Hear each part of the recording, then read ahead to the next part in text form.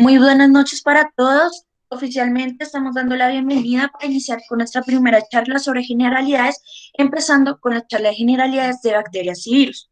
El día de hoy queremos presentarles a nuestra tutora, la doctora Andrea Paola Najar, quien se encargó de acompañarnos para la preparación de la exposición del día de hoy. Entonces, sin más preámbulos, iniciaremos. ¿Alguien me puede confirmar si se está viendo la pantalla, por favor? Sí, sí Hola, se sí, ve. María Camila. Perfecto, muchas gracias. Queremos recomendarles al final de la charla se van a aceptar las preguntas. Pueden escribirlas por el chat del Meet o si quieren pueden realizarlas por los grupos de WhatsApp, Telegram o Instagram. Entonces, bueno, para empezar, me presento, yo soy María Camila Pinzón Romero, estudiante del séptimo semestre y miembro de la mesa directiva de Infecto MNG. Acompañándome en la exposición estará Valentina Banda Espinosa, vicepresidente del grupo de Infecto MNG. Este es el contenido de nuestro día. Empezaremos con lo que son las generalidades de las bacterias y posterior con la parte de generalidades de los virus. Entonces, generalidades de las bacterias. Entonces, ¿qué son isotaxonomía? Bueno, perdón, las bacterias son microorganismos procariotas, que quiere decir que son unicelulares y no poseen membrana nuclear, mitocondrias, aparato de Golgi ni retículos endoplasmáticos, y que su reproducción es por una división asexual. Otra característica que debemos resaltar de las bacterias es que son de un tamaño pequeño, que suele oscilar entre unos 0,1 a 10 picometros, y su capacidad de sobrevivir en ambientes en los que no podrían las células eucariotas. Aquí, a mano izquierda, pueden ver lo que es la diferenciación entre una célula procariota y una eucariota. En cuanto a su taxonomía, aquí les voy a presentar un ejemplo, que es el Staphylococcus aureus. Que tenemos que tener en cuenta cuando hablamos de la taxonomía, que esta es una forma de clasificación que nos ayuda a identificar el género y la especie de un microorganismo. Entonces, ¿cómo saber qué es un género y qué es una especie?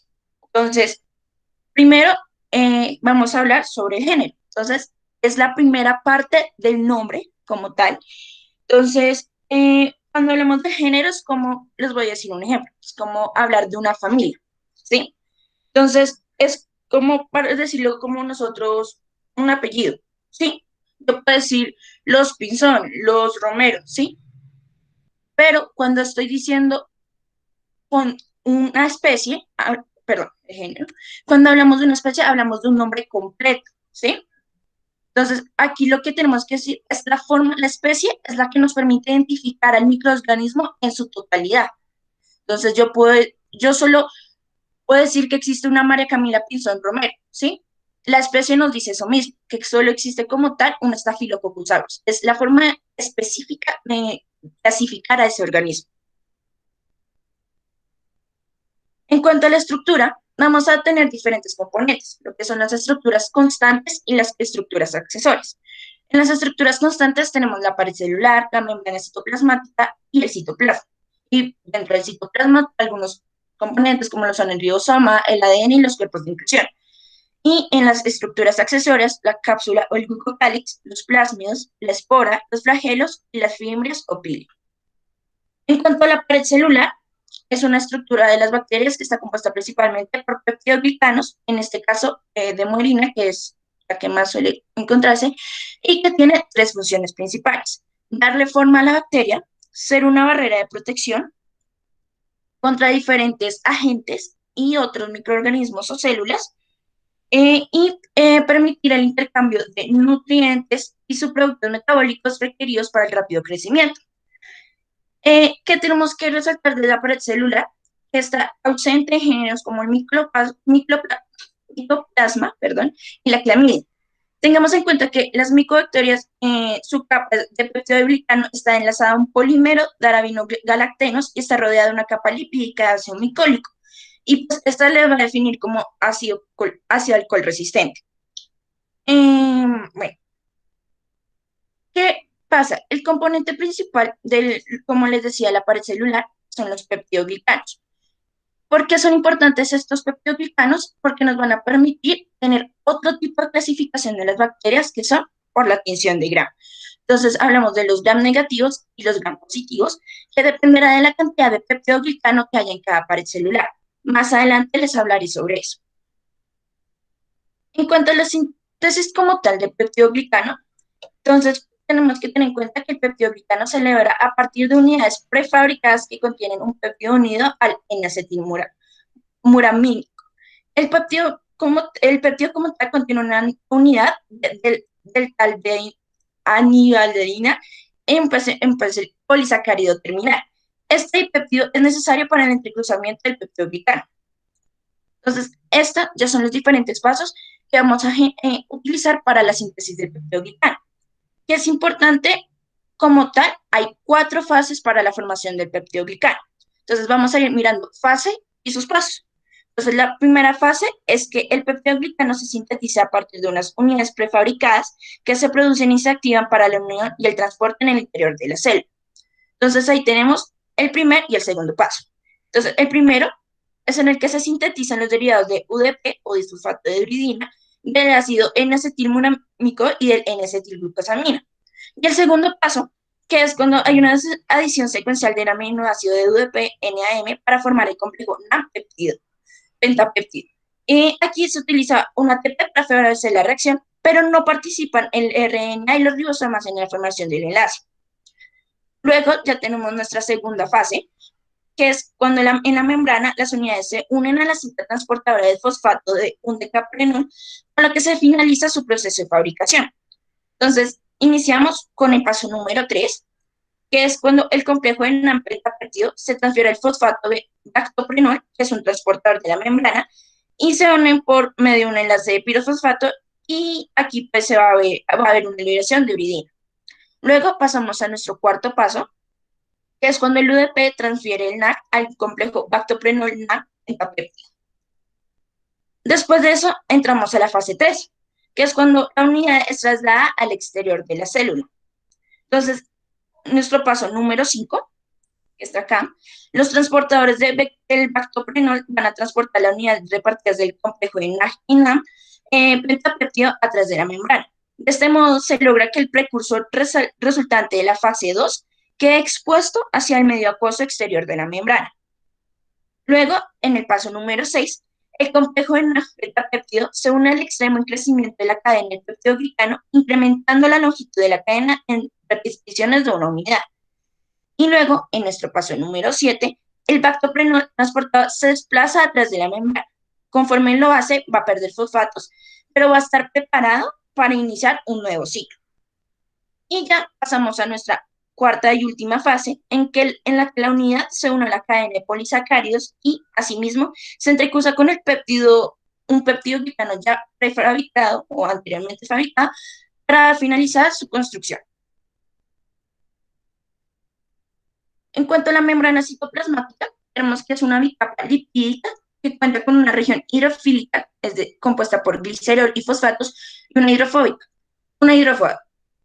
sí, perdón, y compuesta de ácidos grasos. Y que a diferencia de las eucariotas, en este caso no poseen esteroles. Una excepción es la presencia, una excepción a la presencia de esteroles es en el caso de los micoplasmas, que ellos sí tienen presencia de esteroles. Las proteínas de transporte que permiten la captación de los metabolitos y la liberación de otras sustancias es un transporte activo. O sea, esto es una de sus funciones. Y el otro tipo de transporte es el pasivo, que ya es a través de una difusión simple o facilitada. Otra de las funciones que tiene la membrana como tal es participar en la secreción de proteínas al exterior, que son las mismas exoproteínas. Y esto incluye a las exotoxinas y enzimas hidrolíticas. Algo que tenemos que tener en cuenta es que las bacterias gram negativas va a haber presencia de lipopolisacáridos, proteínas y carbohidratos. Otra característica es que el cromosoma bacteriano está adherido a la membrana y además es el lugar de síntesis del DNA, de los polímeros de la pared celular y de los lípidos de la membrana. En cuanto al citoplasma, esta es una solución acuosa y viscosa de alta presión osmótica que contiene 3 elementos principales: los ribosomas, el ADN y los cuerpos de inclusión. Algunas bacterias pueden, los ribosomas se unen al ARN mensajero para la formación de proteínas. Este va a estar compuesto por una unidad mayor, que es la 50S, y una menor, que es la 30S. Estas van a conformar la unidad 70S, que como tal es la unidad de los ribosomas. En cuanto al ADN, tengamos en cuenta que el cromosoma bacteriano se compone de una única molécula circular bicteriana que no está contenida en un núcleo, sino en una zona definida, conocido como el nucleolo. Algunas bacterias pueden tener dos o tres cromosomas circulares o incluso un cromosoma lineal. Asimismo, este cromosoma carece de histonas y pues en cuanto al nucleoide como tal, este mantiene la conformación del el ADN y no forma un nucleosoma. Bueno, en cuanto a los cuerpos de inclusión, son depósitos de energía que pueden ser orgánicos o inorgánicos. Un ejemplo, digamos, de los orgánicos puede ser el polihidroxicanoato y un ejemplo de inorgánico, la magnetita. En cuanto a la cápsula o glucocálix, esta es una capa láctea de proteínas o polisacáridos que al asociarse íntimamente a la superficie celular recibe el nombre de cápsula. Pero si su adherencia es débil o de grosor variable, se conoce como una capa de limo o glucocálix. Una excepción a estas reglas es el Bacillus anthracis, que produce una cápsula polipeptídica, perdón. Las funciones de esta cápsula, ¿cuáles son? La protección ante el sistema inmunitario de un huésped, una barrera contra moléculas hidrófobas tóxicas, que por ejemplo están presentes en los detergentes, y la adherencia a otras bacterias o a la superficie de los tejidos del huésped. Debido a que esta cápsula es transparente y no se tiñe con facilidad, en general, pues no se suele apreciar, no es fácil pues su visualización y por lo tanto requiere de uso de medios de contraste como la tinta china para poderla ver. En cuanto a los plasmidos, estas son moléculas extracromosomales pequeñas de ADN que, aunque no son esenciales para la supervivencia de la célula, le proporcionan una ventaja selectiva. Entonces, como que le confieren resistencia contra uno o más antibióticos y permiten la transmisión de genes que codifican la producción de enzimas protectoras contra sustancias tóxicas. Muchos atributos de la virulencia, como la producción de algunos pelos y de algunas endotoxinas, también están determinados por los genes de los plásmidos. En cuanto a la espora, está producida únicamente por dos géneros bacterianos, que son los Bacillus y los Clostridium, eh, que son gram positivos. Estas son formas pequeñas, deshidratadas y pues, metabólicamente inactivas que producen algunas bacterias en respuesta a la limitación de nutrientes o a una señal relacionada a dificultades futuras. Entonces, la espora contiene una copia completa del cromosoma bacteriano. La concentración es mínimas impredecibles de su ribosoma y proteínas esenciales, que es ahí donde se va a guardar la información pues, para posterior cuando sea necesario. Una célula forma como tal una espora en condiciones adversas y a este proceso se le llama la esporulación. La espora puede persistir durante largo tiempo, incluso siglos. Entonces, al momento de ocurrir una estimulación apropiada, pues va a dar lugar a una sola célula bacteriana, que ese ya es el proceso de la germinación. En consecuencia, las esporas, podemos decirlo, son dispositivos de supervivencia, más no reproducción. Eso es algo que nos tiene que quedar muy claro. En cuanto a la estructura de la espora, esta protege el ADN del genoma bacteriano del claro intenso, la irradiación y la acción de la mayoría de enzimas y sustancias químicas. Y la corteza está compuesta de peptidoglicano, esporio en la capa externa y compuesto de lipoproteínas y carbohidratos. Entonces, este es el proceso, las etapas de la formación de las esporas bacterianas. Entonces, la germinación comienza con la activación por medio de condiciones térmicas, ácidas o de reducción. Aquí se genera un agotamiento de los nutrientes específicos, por ejemplo, de la alanina, en el medio en el medio en el que se encuentra, y lo que desencadena una cascada de procesos genéticos que ocasiona la producción de la espora. Los ARN mensajeros de la espora comienzan a transcribirse al tiempo que otros ARN mensajeros dejan de hacer. Asimismo, se produce el ácido dipocolínico tras la duplicación, que es el que nos va a ayudar en esta formación de la espora. Asimismo, también se va a ver una duplicación del cromosoma. Entonces, lo que va a pasar es que una copia del ADN y los contenidos del citoplasma son rodeados por la membrana citoplasmática, el peptidoglicano y la membrana del tabique. De este modo, el ADN queda normalmente derivado a la célula. Estas dos capas que están rodeadas por la corteza, formada por una capa delgada interna de peptidoglicano rígido, fuertemente cruzado, va a rodear la membrana, y por una laxa capa externa de peptidoglicano. Luego, la corteza será rodeada de una dura capa proteica semejante a la queratina que tiene como función proteger a esa espora. Este proceso dura aproximadamente de 6 a 8 horas. Y pues la idea de esto es que al final de la germinación se conduce a un brote de una nueva célula vegetativa con el mismo genotipo, o sea, es exactamente el mismo genotipo de la célula que empezó a producir esa espora. En cuanto a los flagelos, es un conjunto de estructuras proteínicas helicoidales compuestas de flagelinas que se unen a la membrana de las bacterias mediante una estructura y se impulsa por el potencial de membrana. Tienen 4 funciones principales, que son movilidad, quimiotaxis, evitar sustancias tóxicas y la adherencia. Pueden estar distribuidas alrededor de la célula. Una exposición llamada pétrica del griego, bueno, perdón, pueden estar distribuidas entonces dependiendo. Entonces, digamos, si están en un solo lado, van a ser monótricas. Si están a ambos lados, anfítricas. Y digamos, ya dependiendo si de la cantidad que haya, se le va a dar otro nombre. Otra de las estructuras son las fibras o los pilis, que son prolongaciones moleculares parecidas a vellosidades que se encuentran sobre la superficie. Es el compuesto principal de estas es pilina, por eso también se les conoce como pil. Entonces, estas pueden ser comunes o sexuales. Entonces, si son comunes, cubren la superficie de la célula y en muchos casos son adhesinas, que son responsables de la capacidad de las bacterias para colonizar superficies y células. Y las sexuales pues ya participan en el intercambio de material genético entre algunas bacterias gram negativas. Y solo, esta sí es que solo existe una por célula. También podemos decir a las sexuales que son especializadas. En cuanto a la clasificación, tenemos 4 clasificaciones principales: taxonómica, morfológica, por tinción de Gram, según su requerimiento de oxígeno. Como ya hablamos de la taxonomía, no la volveremos a mencionar. En cuanto a la morfología, entonces, pues como su nombre lo dice, es dependiendo de la forma que tomen las bacterias que se les va a dar su nombre. Entonces, tenemos que tener 2 conceptos en cuenta.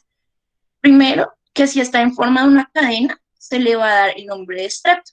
Y si parece un racimo de uvas, se le da el nombre de estafilo. Esto en cuanto a los cocos.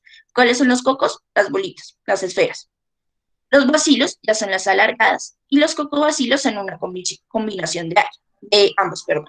Hay algunas estructuras que ya pues son curvas, entonces que son pues diferentes a los demás, y son el vibrio, la espiroqueta y los espirinos. Como les decía, teniendo en cuenta nuestros 2 términos, estrepto y estafilo, vamos a clasificar los cocos. Entonces, si estafilococos, en racimo de uvas, o estreptococos cuando son, cuando son en una cadena.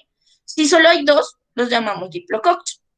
En cuanto a los bacilos, podemos encontrar en palizada, que están juntos, por así decirlo, estreptobacilos, recuerden, estreptocadena, o diplobacilos, que son 2. Y ya por su requerimiento de oxígeno, vamos a tener las anaerobias estrictas, que es decir, que necesitan la ausencia de oxígeno para crecer. Es decir, si hay oxígeno, pues no crecen. Las anaerobias estrictas, que es que sí tiene que estar ese oxígeno para crecer, o las anaerobias o aerobias facultativas, que solo que pueden crecer con o sin oxígeno. En cuanto a la tinción de Gram, bueno, aquí estamos comparando las paredes de los gram positivos y los gram negativos. Como les decía, la tinción de Gram se va a caracterizar por la tinción del peptidoglicano. Entonces, en este lado encontramos una bacteria gram positiva que tiene una capa gruesa de peptidoglicano y que contiene ácido tetoico y ácido lipoteicoico. Y aquí, en los gram negativos, hay una capa delgada, que es esta nomás, de peptidoglicano, y una membrana externa que contiene ya lipopolisacáridos, fosfolípidos y proteínas, y ya. Entonces, como les digo, según la cantidad de peptidoglicano es que vamos a identificar la tinción de Gram.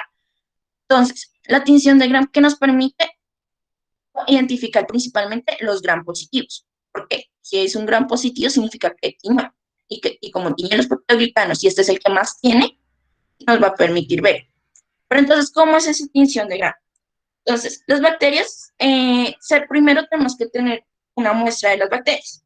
Estas se van a fijar con calor o se secan de otro modo sobre un objeto.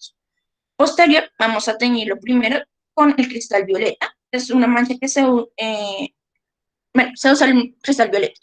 Se deja adherir, por así decirlo, a las bacterias durante 1 minuto. Y posterior se limpia con agua. No hay que tocarlas, o sea, es solo con el agua. Luego se utiliza yodo o lugol también durante 1 minuto. Y posterior al minuto, de nuevo, lavamos. Y entonces ya cuando la mancha no unida en exceso se va a eliminar lavando con un decolorante a base de acetona, que es nuestro alcohol de acetona. Entonces, este se aplica durante 30 segundos, perdón, se deja actuar durante 30 segundos y se retira. Cuando se hace eso, los gram positivos van a quedar marcados, pero los gram negativos no, porque como ellos no tienen la suficiente capa de peptidoglicano para retener esa coloración, pues la van a perder. Entonces, ¿qué se hace ahí? Se agrega una contratinción roja, que es de fuchsina o safranina, para teñir esas células decoloradas, o que son en este caso las gram negativas, y este colorante se deja actuar durante 15 segundos. Este es el que le va a dar la coloración rosada, podríamos decir. Este proceso es corto, dura menos de 10 minutos, y después de esto, pues ya se pone a secar el portaobjeto, puede ser cerca de fuego y eso, nunca con una toalla, porque entonces estaríamos retirando los elementos que están sobre este portaobjetos, y ya se podrá ver sobre el microscopio. Entonces empezamos con nuestra clasificación según la tinción de Gram. Entonces primero tenemos los Gram positivos en cuanto a COX. Entonces, ¿cómo vamos a empezar? Primero tenemos que hacer la prueba de catalasa. Entonces, dependiendo de los resultados de la prueba de catalasa, vamos a decir si son positivos o negativos. Entonces, positivo a la prueba de catalasa, no un Staphylococcus spp, es decir, lo verde. El verde significa positivo y el rojo significa negativo. ¿Eso qué quiere decir? Catalasa negativo, Streptococcus. Entonces vamos a iniciar con la parte positiva. Entonces los Staphylococcus también seguimos clasificándolos. Entonces usamos la prueba de coagulasa. La prueba de coagulasa nos va a salir positiva, verde. Bueno, no es que se vea verde, es para que las neumotíneas que se están usando en este mapa. Entonces, Staphylococcus aureus nos va a dar positiva coagulasa. Pero entonces nosotros necesitamos confirmar que sí sea un Staphylococcus aureus. ¿Cómo lo hacemos? Con una garza salada manitoria. Lo que nos tiene que dar una coloración amarilla. Es decir, si nosotros vemos el agar salado amarillo, es positivo para un Staphylococcus aureus. Siguiendo con los estafilococcus que fueron coagulasa negativos, tenemos que hacer el test de novio biocino. En este caso, tengamos en cuenta que el color azul representa lo sensible y lo amarillo lo resistente. Es decir, cuando aplicamos el test de novio biocina, tenemos que el azul, Staphylococcus epidermidis, va a ser sensible y el amarillo resistente, que es Staphylococcus saprophyticus. Aquí tenemos el ejemplo. Al lado izquierdo, sensible, o sea, epidermidis, y al lado derecho, resistente, que es saprophyticus. Cuando ya hablamos de los streptococos, que son catalasa negativos, lo que procede a hacerse es el agar sangre. Entonces, para mirar la hemólisis. Entonces tenemos alfa hemólisis, beta hemólisis y gamma hemólisis. ¿Qué son estos? Entonces, beta, transparente, alfa, verde, y gamma es que se mantiene, o sea, sigue rojo esa agar. Una memotecnia que a mí me enseñaron cuando estábamos aprendiendo esto en la universidad era que hay un gusanito, ¿sí? Entonces se acerca al agar. Entonces hay tres casos en el que, del gusanito. Entonces digamos, el gusanito tiene hambre y se lo come todo. Vieja transparente, beta. El gusanito comió y se enfermó y vomitó. Entonces dejó verde, sería el alfa. Y el gusanito pasó, pero simplemente no tenía hambre, ya había comido mucho, tenemos el gamma. Entonces empezamos a clasificar según eso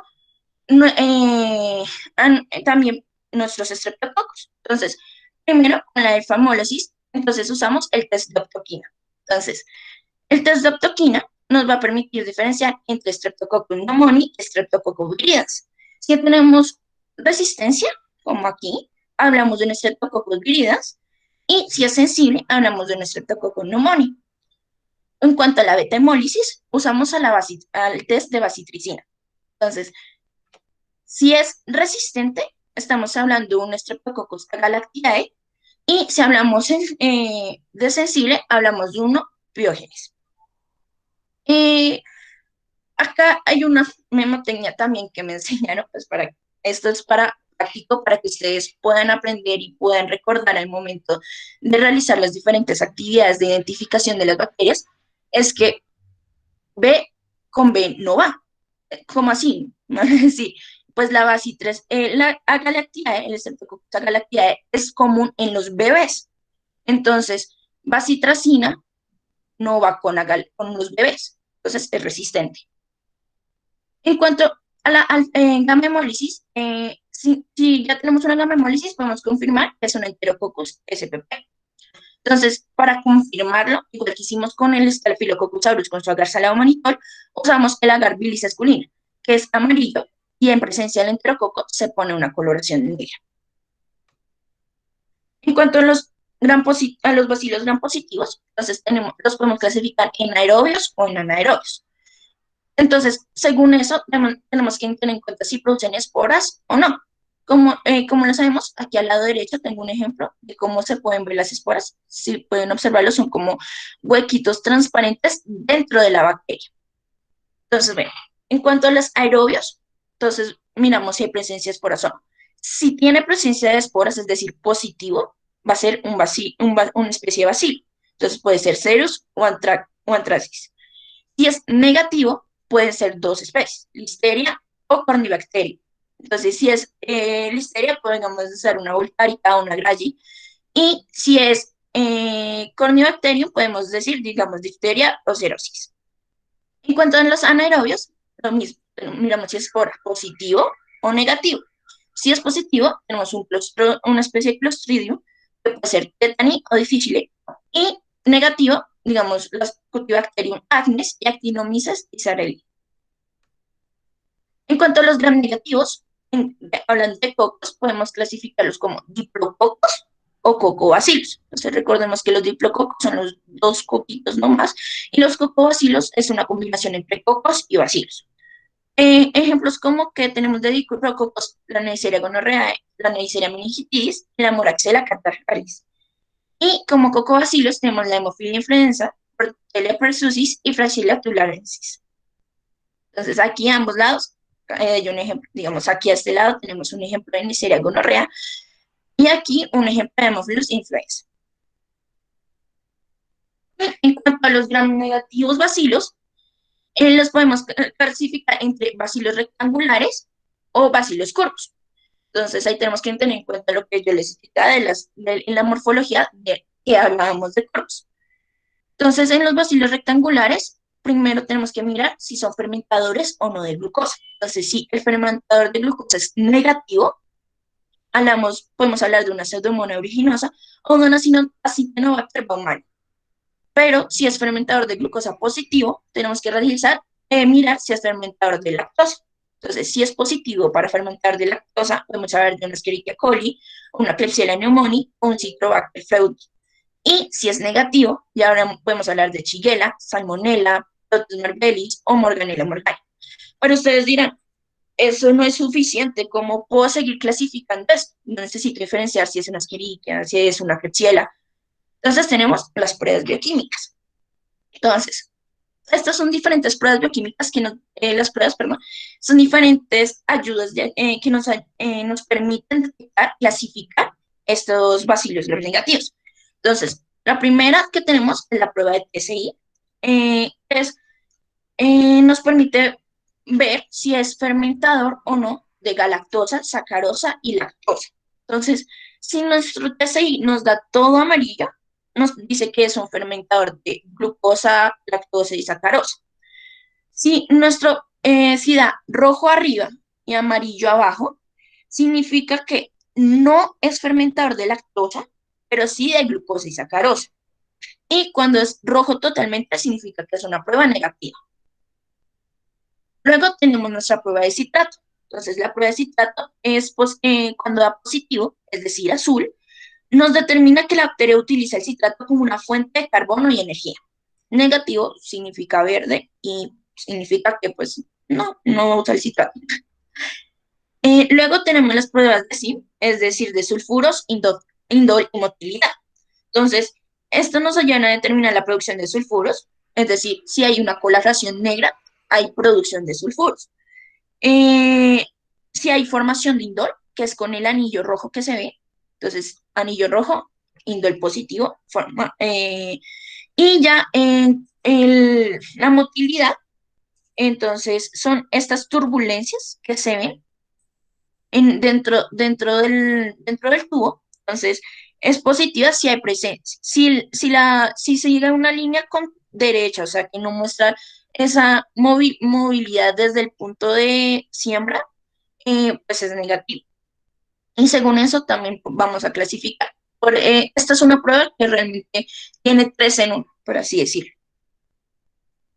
En la siguiente prueba bioquímica que tenemos es el rojo de metilo, que es un indicador de la acidez, es decir, si nuestra bacteria es fermentadora o no. ¿Cómo sabemos si es positiva? Si es rojo. Rojo es positivo, pues rojo de metilo, rojo positivo. Luego tenemos la de Voges-Pascual, que nos dice si hay una producción o no de acetoína. Entonces, positivo significa un anillo rojo. Negativo, no hay producción de acetoína. Y luego tenemos nuestra prueba de URE, que nos dice si el microorganismo cuenta con la enzima ureasa. Entonces, positivo significa rosado y negativo, pues que no cambie el color. Entonces, lo que hay que hacer es combinar todas estas pruebas, analizarlas y determinar qué bacteria es. Entonces, hay diferentes ayudas que nos permiten establecer, como cuáles, estas tablas. Entonces, digamos, cada prueba, los resultados de cada prueba nos permiten establecer qué bacteria es. Entonces, digamos, una Escherichia coli significa que el TCI va a estar totalmente positivo, todo amarillo. ¿Por qué? Porque es fermentador de galactosa y sacarosa y de lactosa. El citrato negativo, es decir, se queda azul.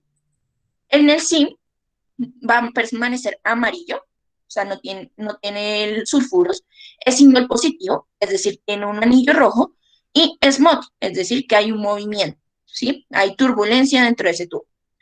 Urea permanece el tubo amarillo, es negativo, un rojo de metilo positivo, es decir, en la prueba de rojo de metilo va a estar el tubo rojo, y un Volcker negativo, es decir, no va a haber ese anillo rojo. Y así con las diferentes bacterias.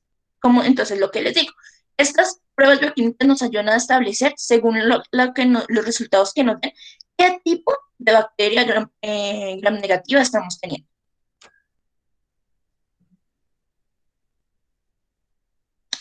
Sigue mi compañera Valentina Banda sobre generalidades de los virus.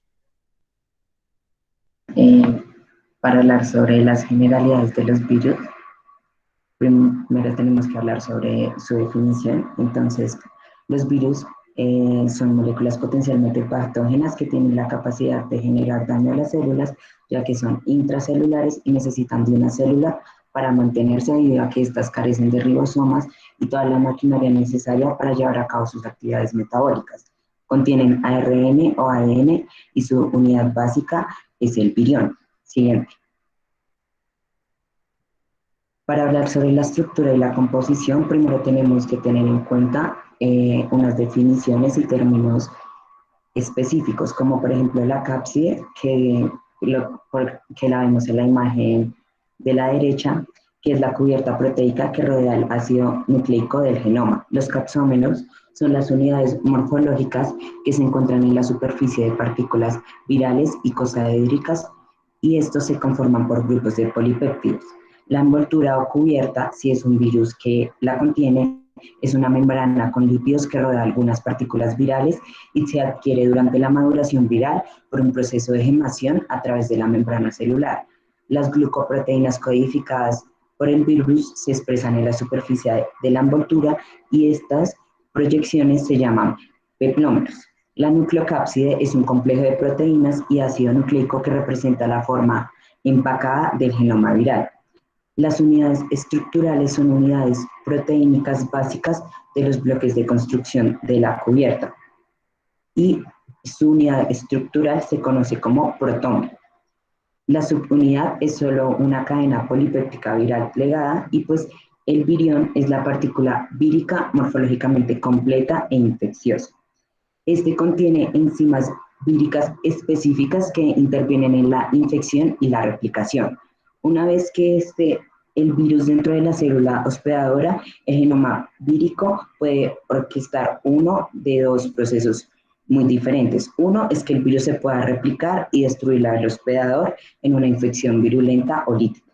Y aquí lo que pasa es que el virus redirecciona el metabolismo del hospedador para así permitir su replicación y el ensamblaje de nuevos viriones. Y después se liberan estos nuevos viriones y el proceso se puede repetir en nuevas células hospedadoras.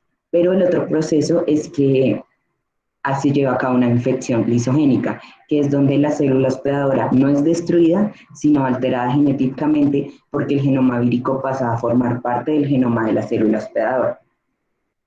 Hay que tener en cuenta en los virus con envoltura que estos infectan a las células animales en que la membrana citoplasmática está en contacto directo con el ambiente. Normalmente el virión entero entra en la célula animal durante la infección y la envoltura se fusiona con la membrana del hospedador. Y a medida que va saliendo el virus de la célula hospedadora, quedan cubiertos por un material de membrana y la envoltura vírica está formada por la membrana citoplasmática de la célula hospedadora.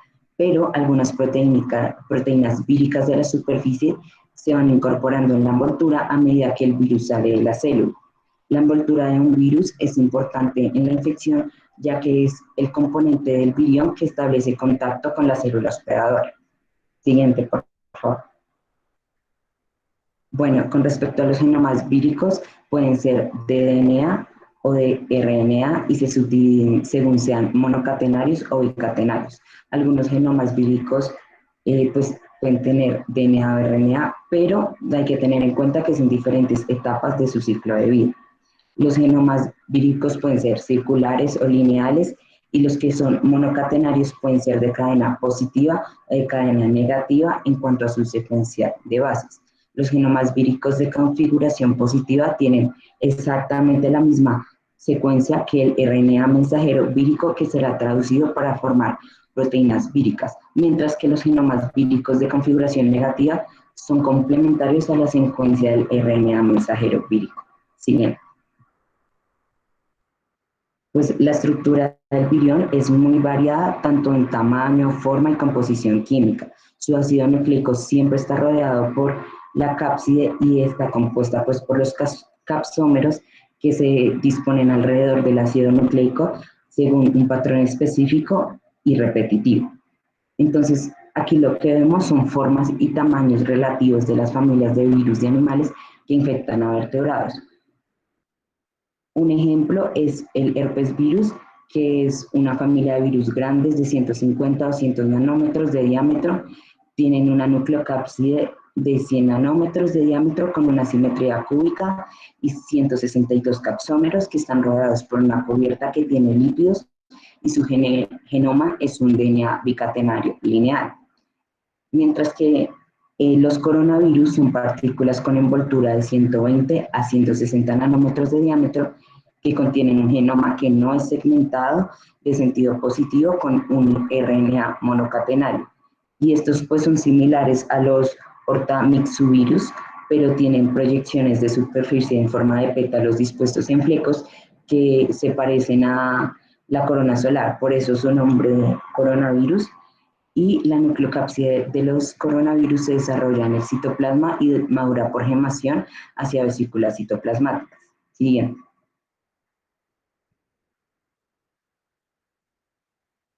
Para hablar de simetría de los virus, pues debemos saber qué es la simetría. Y pues es que al rotar una estructura alrededor de un eje, la misma forma se ve de nuevo tras un cierto número de grados de rotación.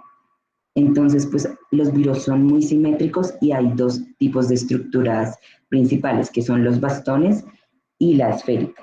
Los virus en forma de bastón tienen simetría helicoidal, mientras que los virus esféricos, su simetría es icosaédrica. La longitud de los virus helicoidales está determinada por la longitud de su ácido nucleico y la anchura del virión helicoidal, que viene dada por el tamaño y el empaquetamiento de los capsómeros. Los virus con simetría icosaédrica tienen por lo general 20 caras triangulares y 12 vértices y una forma más o menos esférica, que es lo que vemos en la imagen A. Los ejes de simetría dividen al icosaedro en 5, 3 o 2 segmentos de tamaño y forma idénticos, que es lo que vemos en la imagen B. La simetría icosaédrica es la disposición más eficiente de las subunidades de una cubierta cerrada, ya que pues, utiliza el mínimo número de capsómeros para así construir la cubierta. La disposición más sencilla que hay es que tenga 3 caras triangulares que forman en total 60 capsómeros. Pero la mayoría de virus pues tienen un ácido nucleico que es mucho más grande y por eso la mayoría de estructuras tienen 180, 240 o 360 capsómeros. Un ejemplo de eso es el virus del papiloma humano, que tiene 360 capsómeros organizados en 72 grupos de 5. También algunos virus grandes que infectan a las células tienen estructuras complejas. Siguiente. Con respecto a la composición química de los virus, pues están compuestos por proteínas virales, que son proteínas estructurales de los virus que tienen como objetivo facilitar la transferencia de ácidos nucleicos virales de una célula hospedadora a otra. También ayudan a proteger el genoma viral contra la inactivación por las nucleasas, participan en la unión de la partícula viral a las células susceptibles y proporcionan la simetría estructural de la partícula viral. Estas proteínas determinan las características antigénicas del virus y los mecanismos de respuesta inmunitaria protectora del hospedador se dirigen contra determinados antígenos de la superficie o glucoproteínas expuestas en la superficie de la partícula viral. Algunos virus portan enzimas en el interior de los viriones y estas se presentan en cantidades pequeñas y puede que no sean importantes en la estructura de las partículas virales, pero son esenciales para el inicio del ciclo de replicación viral cuando el virión entra en la célula del hospedador. El ácido nucleico viral pues contiene un solo tipo de ácido, ya sea DNA o RNA, que codifican la información genética necesaria para la replicación de los virus. Este puede ser, pues, como decíamos, monocatenario, bicatenario, circular o lineal, segmentario o no segmentario. Y el tipo de ácido nucleico, su polaridad y sus dimensiones constituyen características importantes para así clasificar a los virus en familias. Con respecto a la envoltura lipídica de los virus, pues varios virus contienen envolturas como parte de su estructura, como decíamos anteriormente, y estos se adquieren cuando la nucleocápside viral forma vesículas a través de la membrana celular en su trayecto de maduración, y la gemación ocurre solo en sitios donde se han insertado proteínas virales específicas en las membranas de la célula hospedadora. El proceso de gemación varía según sea la estrategia de replicación del virus y de la estructura de la nucleocápside. La composición de fosfolípidos de la envoltura del virión depende del tipo específico de membrana celular que participa en el proceso de gemación. Los virus que contienen lípidos que son sensibles al tratamiento con éter y con otros solventes orgánicos indican que la pérdida de los lípidos da origen a la pérdida de la capacidad de infección, mientras que los virus que no contienen lípidos suelen ser resistentes al éter. Y las glucoproteínas virales, pues las envolturas contienen estas glucoproteínas y son codificadas por el virus, pero los carbohidratos añadidos a las glucoproteínas virales son reflejo de la célula hospedadora en la cual pues creció el virus. Las glicoproteínas de superficie de un virus con envoltura son las que unen a la partícula viral con la célula hospedadora al interactuar con el receptor celular. Y estas participan en la fusión de la membrana como una etapa de la infección. También son antígenos virales importantes como consecuencia de su posición en la superficie externa del virión y con frecuencia participan en la interacción de las partículas virales con los anticuerpos neutralizantes. Siguiente. Bueno, entonces para hablar un poco de la clasificación de los virus, se han utilizado propiedades como base para la clasificación de los virus. Una es la morfología del virión, en donde se ve el tamaño, forma, tipo de simetría, presencia o ausencia de clepómeros y presencia o ausencia de membranas. Otra es las propiedades del genoma viral, que es el tipo de ácido nucleico, el tamaño del genoma, el número de cadenas, el sentido, los segmentos y la secuencia de nucleótidos. El siguiente es la organización del genoma y replicación, que incluye orden de los genes, número y posición de los marcos de lectura abiertos, estrategias de replicación y sitios celulares. Las propiedades de las proteínas virales incluyen el número, tamaño, secuencia de aminoácidos, modificaciones y actividades funcionales de las proteínas estructurales y no estructurales. Las proteínas antigénicas lo que ven en particular es las reacciones a diferentes antisueros. Las proteínas físico-químicas del virión incluyen masa molecular, densidad, pH de estabilidad y estabilidad térmica, si son susceptibles o no a agentes físicos y químicos. Y el último son las propiedades biológicas que incluyen el rango natural de hospedadores, modo de transmisión, relación con vectores, su patogenicidad y patología. Siguiente. Entonces, lo que más se usa es el sistema taxonómico universal de virus. Entonces, aquí vemos los de DNA. Entonces, se debe tener en cuenta que se separan en familias con base a la morfología del virión, la estructura del genoma y las estrategias de replicación. Y los nombres de cada familia, pues, terminan en el sufijo viridad. Entonces, vemos que el Parvoviridae pues es un DNA icosaédrico que no está envuelto, que es resistente al éter y que tiene 32 capsómeros. Y pues cada familia hay subdivisiones que son conocidas como género y por lo común se basan en diferencias biológicas, genómicas, físico-químicas o serológicas. Y los nombres del género se acompañan del sufijo virus. Siguiente. Con respecto al ciclo de vida, entonces para que un virus pueda replicarse, debe inducir a una célula viva hospedadora a sintetizar todos los componentes que él necesita para producir nuevos viriones. Entonces, durante una infección vírica activa, los componentes víricos se ensamblan para formar nuevos viriones que escapan de la célula. Entonces, este se divide en 5 etapas. El primero es la fijación o unión del virión a la célula hospedadora. El segundo es la penetración o entrada del ácido nucleico del virión en la célula hospedadora. El tercero es la síntesis del ácido nucleico y las proteínas del virus por la maquinaria celular redireccionada por el virus. El cuarto es el ensamblaje de las cápsides y el empaquetamiento del genoma vírico en nuevos viriones. Y el quinto es la liberación de los viriones maduros fuera de la célula.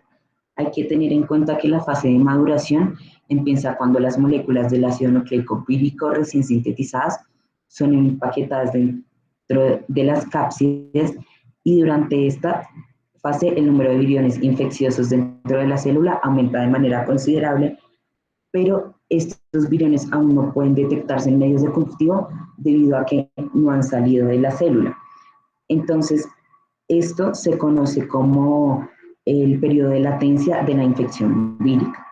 Al final de la maduración, pues los viriones maduros son liberados como resultado de la lisis celular o por gemación o excreción, según el tipo de virus que sea. Siguiente. Pues los modos de transmisión. El primero, pues transmisión directa de persona a otra por contacto, entonces se debe más que todo por contacto con gotitas o aerosoles, como en el virus del sarampión, por contacto sexual, por ejemplo, el de la inmunodeficiencia humana, por contacto mano-boca, mano-ojo o boca-boca, como el herpes simple, o por intercambio de sangre contaminada, como hepatitis C. También se puede dar transmisión indirecta por vía fecal oral, como en los enterovirus, o por fomites como los rinovirus. Otro es la transmisión de un animal a otro, como los seres humanos como hospedador accidental, y esta diseminación ya sea por mordeduras como la rabia, o por gotas o aerosoles de roedores contaminados como el arenavirus. También se puede dar transmisión por medio de un vector artrópodo, y como vemos en la imagen inferior izquierda, pues ahí está el Aedes aegypti, que es un vector del chikungunya, Zika, fiebre amarilla y sí. Bueno, con respecto a la patogenia viral, lo primero que pasa es el ingreso y la replicación primaria. Entonces, la mayor parte de las infecciones virales comienzan cuando el virus ataca e ingresa a las células de una superficie corporal, ya sea por piel, vía respiratoria, vía gastrointestinal, urogenital o conjuntivas. Sí, casi todos entran por el aparato respiratorio gastrointestinal, pero también se puede dar por contacto directo con tejidos o por el torrente sanguíneo a través de heridas o agujas.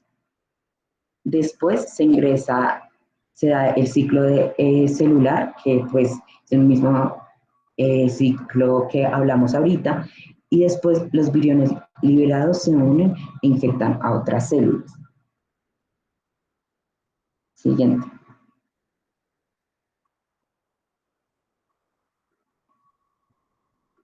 Después hay una diseminación viral y tropismo celular.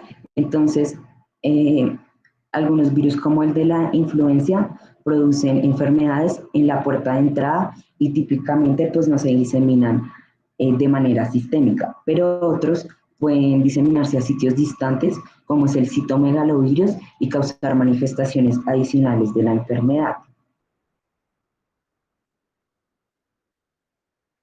Los mecanismos de la diseminación viral varían. Por la vía más común es el torrente sanguíneo o los linfáticos.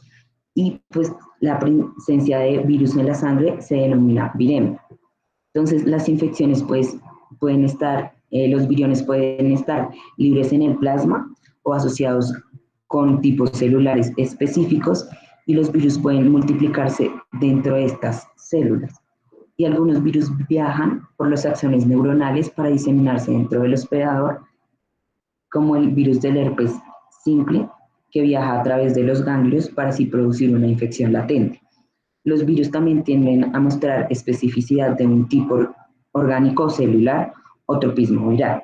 El tropismo determina los tipos de enfermedad sistémica producida durante una infección viral, como el virus de la hepatitis B, que pues tiene trofismo por los hepatocitos, y el trofismo hístico y celular por un virus dado suele reflejar la presencia de receptores de superficie celular específicos para estos virus. Siguiente.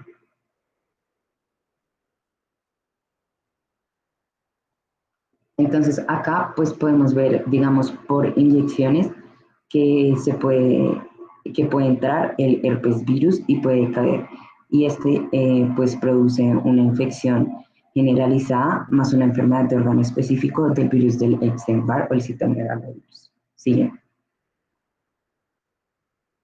Con respecto a la lesión celular o efecto citopático, pues están los cambios morfológicos, en donde está la lisis celular, que es la conclusión del conjunto de alteraciones celulares que se produce de manera secuencial en la célula infectada, que lleva a la liberación de nuevas partículas virales.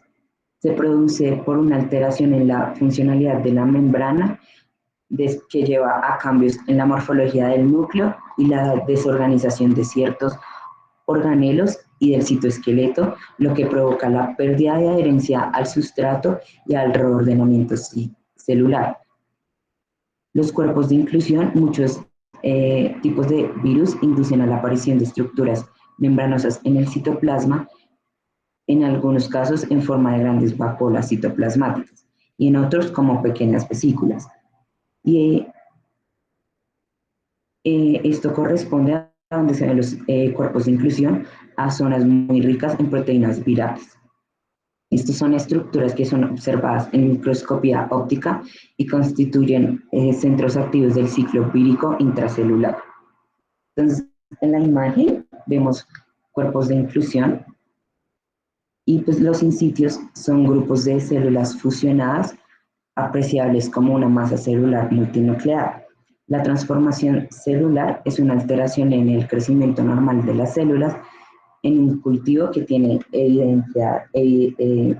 manifestaciones morfogénicas. Entonces se asocia más que todo a una serie de cambios moleculares que causan que haya una desregulación de los sistemas de control de la proliferación celular y de la apoptosis, que se evidencian una pérdida de la inhibición por contacto, formando cultivos multicapa o incluso tumores y la desorganización del citoesquelético que acompaña a una cierta desdiferenciación morfológica.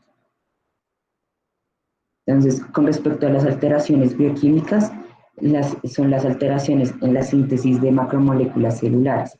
Está la inhibición de la síntesis de proteínas celulares, que actúa a nivel de la iniciación de la síntesis de proteínas celulares en los ribosomas, la inhibición de la síntesis del DNA celular. Por lo general, todos los virus provocan inhibición de la síntesis del DNA celular, los virus RNA probablemente por el bloqueo de la síntesis de proteínas y los virus DNA para proveer de nucleótidos, enzimas y otros factores implicados en la replicación. Con respecto a la inhibición de la síntesis del RNA celular, la transcripción está inhibida por una competición por el RNA polimerasa 2 y los factores de transcripción celulares. Y con respecto a las alteraciones de las membranas celulares, están los cambios en la actividad de las enzimas presentes en las membranas, modificaciones en la funcionalidad del sistema vesicular y un aumento de la permeabilidad de la membrana plasmática. Siguiente. Después va a haber la respuesta inmunitaria del hospedador y como sabemos, pues hay una respuesta inmunitaria innata y otra adaptativa. Entonces, en la innata, pues primero se produce una respuesta inflamatoria en la que predominan macrófagos, granulocitos, natural killer e interferón.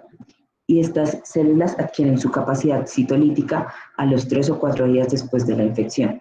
Los macrófagos actúan a 3 niveles para destruir a los virus y a las células infectadas por ellos. Entonces ellos hacen fagocitosis de los virus y de las células infectadas, destrucción de las células infectadas y formación de moléculas antivíricas como el factor de necrosis tumoral alfa, el óxido nítrico, interferón alfa. Las natural killer durante los estadios tempranos de la infección experimentan una proliferación inespecífica que está mediada por el interferón tipo 1 e interleuquina 15.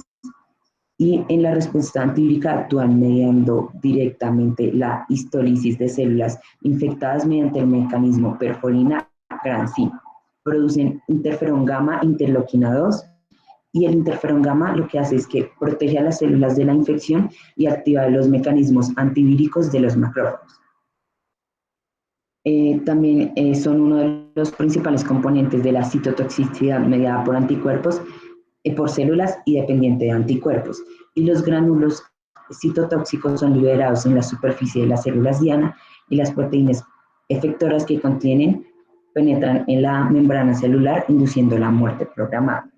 También se activan en presencia de interferón alfa y beta, interleuquina 12, 15 y 18, producidas por las células dendríticas.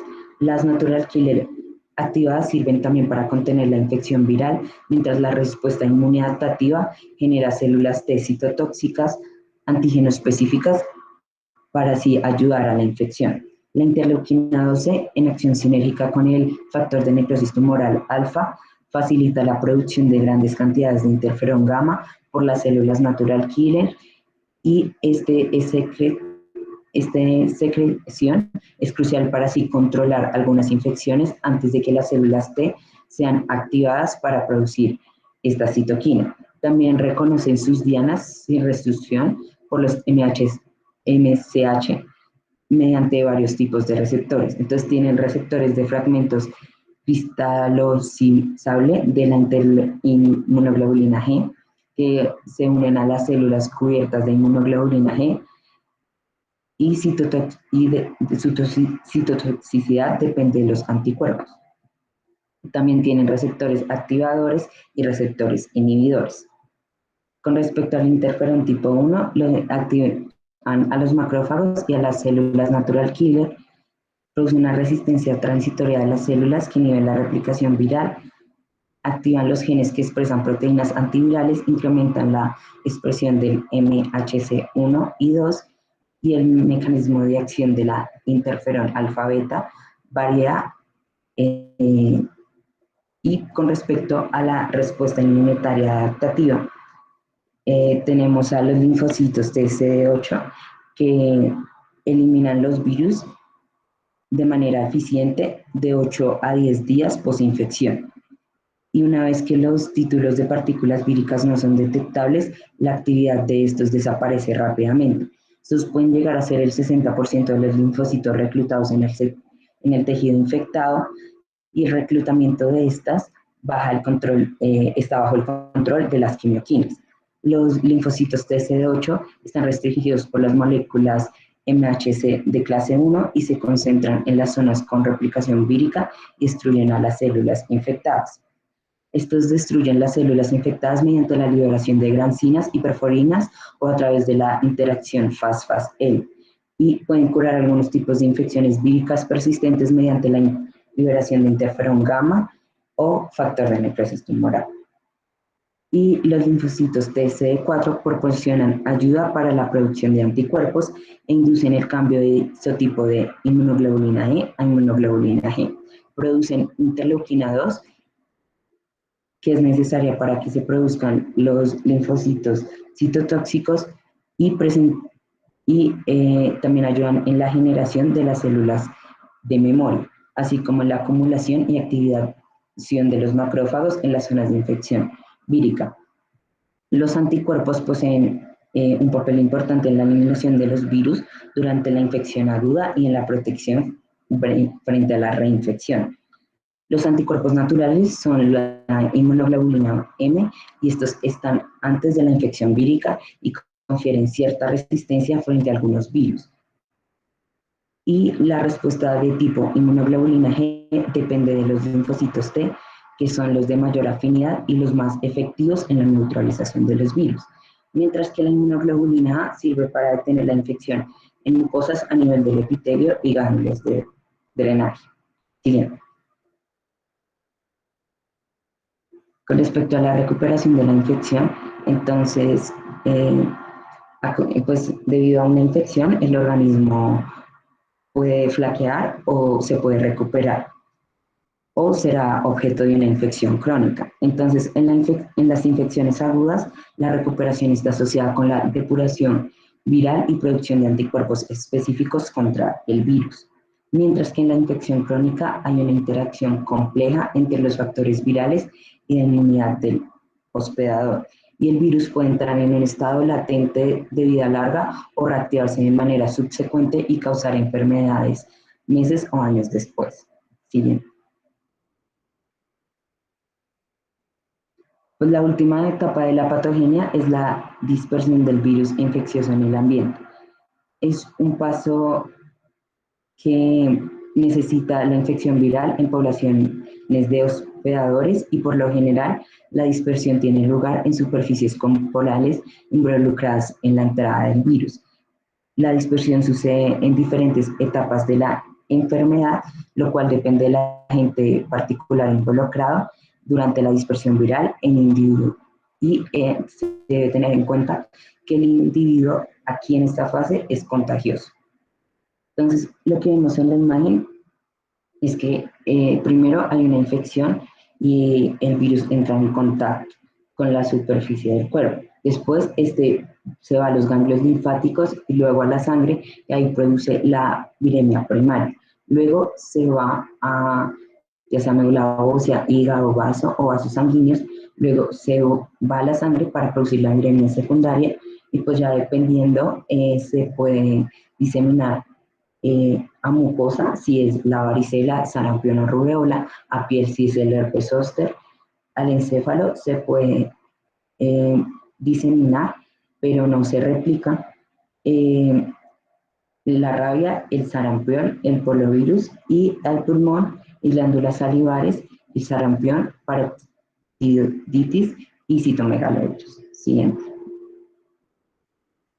Entonces, para detectar qué virus está infectando a un paciente, pues es necesario cultivar las células hospedadoras para poder replicar los virus en ellas. Entonces se utilizan cultivos puros de bacterias hospedadoras crecidas en medios líquidos o sobre la superficie de placas de agar y se inoculan con una suspensión vírica. Los virus de animales se pueden cultivar en cultivos celulares, que son células tomadas inicialmente de un órgano de un animal y cultivadas en recipientes estériles de plástico o de vidrio que contengan un medio de cultivo apropiado. Los medios para los cultivos tisulares suelen ser un poco más complejos, ya que contienen una gran variedad de nutrientes como suero sanguíneo, agentes antimicrobianos para prevenir la contaminación por bacterias. Entonces, hay un ensayo que es el de Calpas, que es importante, en donde lo que se hace es una suspensión vírica que puede ser cuantificada determinando la cantidad de viriones infecciosos por volumen de fluido, que esto es lo que se conoce como títulos. Y cuando un virus infecta las células que crecen sobre una superficie plana, se forma una zona de lisis, que es lo que se denomina calva, y aparece como una zona más clara en el césped de células hospedadoras. Siguiente. Que es lo que vemos en la imagen. Ahí se ven las zonas de lisis, que pues, es lo que denominamos las calvas. Siguiente. Bueno, con respecto a la cuantificación de los virus, pues tenemos métodos físicos, que son los análisis que se basan en la cuantificación del ácido nucleico, como es la reacción en cadena de la polimerasa, que ayuda a cuantificar el número de copias del genoma viral en una muestra. Y este detecta genomas infecciosos y no infecciosos. La variación en la secuencia viral puede reducir la detección del virus y la cuantificación mediante pues, la PCR. Hay diversas pruebas serológicas como la radioinmunoanálisis y la enzimoinmunoanálisis de absorción, que pueden estandarizarse para así cuantificar la cantidad de virus en la muestra. Tales pruebas no diferencian partículas infecciosas y no infecciosas, y en ocasiones también pueden detectar proteínas virales no ensambladas en partículas. También hay algunos virus que contienen hemaglutinina, que esto lo que hace es que produce aglutinación de los eritrocitos. Y pues se pueden hacer análisis de hemaglutinación, que son un método fácil y rápido de cuantificación de estos tipos de virus. Las partículas infecciosas y no infecciosas son positivas en esta reacción, por lo tanto, mediante la hemaglutinación se puede medir la cantidad total de virus presente. También las partículas virales pueden contarse directamente en una microscopía electrónica mediante la comparación con una suspensión estándar de partículas de látex de un tamaño similar. Pero este procedimiento es necesario utilizar preparaciones que tengan una alta concentración del virus, y las partículas virales infecciosas no pueden, y en esto no se pueden diferenciar las no infecciosas de las infecciosas. Con respecto a los métodos biológicos, entonces los criterios de valoración de los estudios biológicos dependen de la medición de la muerte del animal.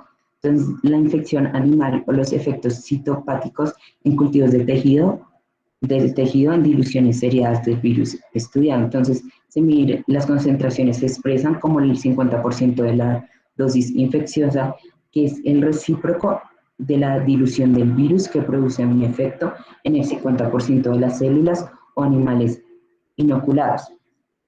Es un método que se usa más que todo para detectar virus infectantes.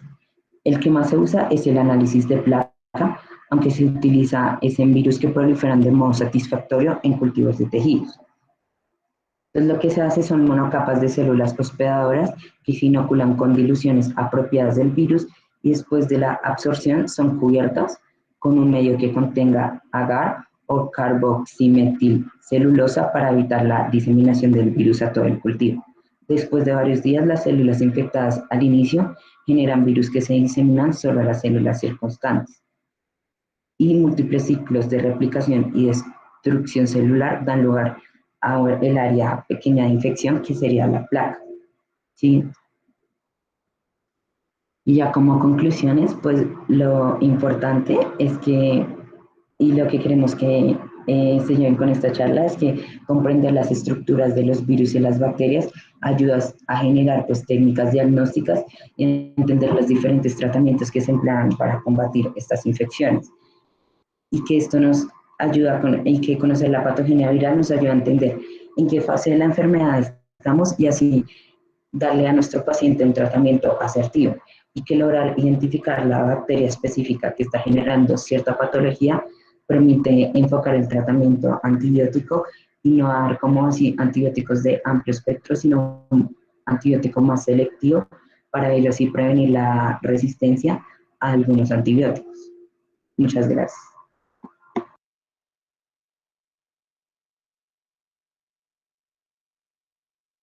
Agradecemos por su atención. Este momento está habilitado para que todos los que tengan alguna pregunta puedan realizarla. Ya, preferiblemente pueden escribir por el chat. Daremos un espacio de 2 minutos para que escriban.